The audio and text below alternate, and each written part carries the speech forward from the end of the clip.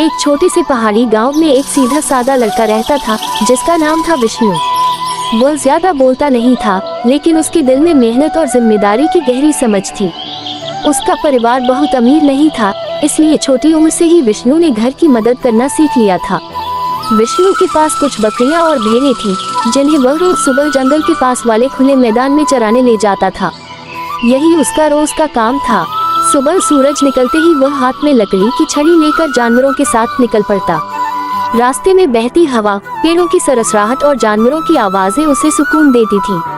कई बार गांव के कुछ लड़के उसका मजाक उड़ाते थे। वे कहते, अबे बकरियां ही चराता रहेगा क्या? लेकिन विष्णु चुप रहता।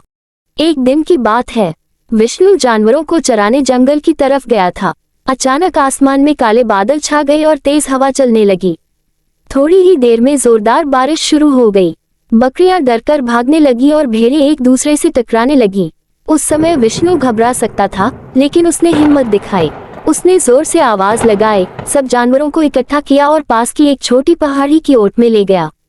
खुद बारिश में भीगता रहा, लेकिन किसी भी जानवर को इधर उधर नहीं जाने दिया। शाम को जब बारिश रुकी, तो गांव के लोग विष्णु को ढूंढते हुए जंगल की तरफ आए। उन्होंने देखा कि विष्णु के कपड़े कीचड़ से भरे थे, लेकिन एक भी बकरी या भेड़ गायब नहीं थी। सब लोग उसकी समझदारी और साहस देखकर हैरान रह गए। उस दिन के बाद गांव में लोग विष्णु की इज्जत करने लगे। जो लोग पहले उसका मजाक उड़ाते थे, वही अब उसकी तारीफ करने लगे।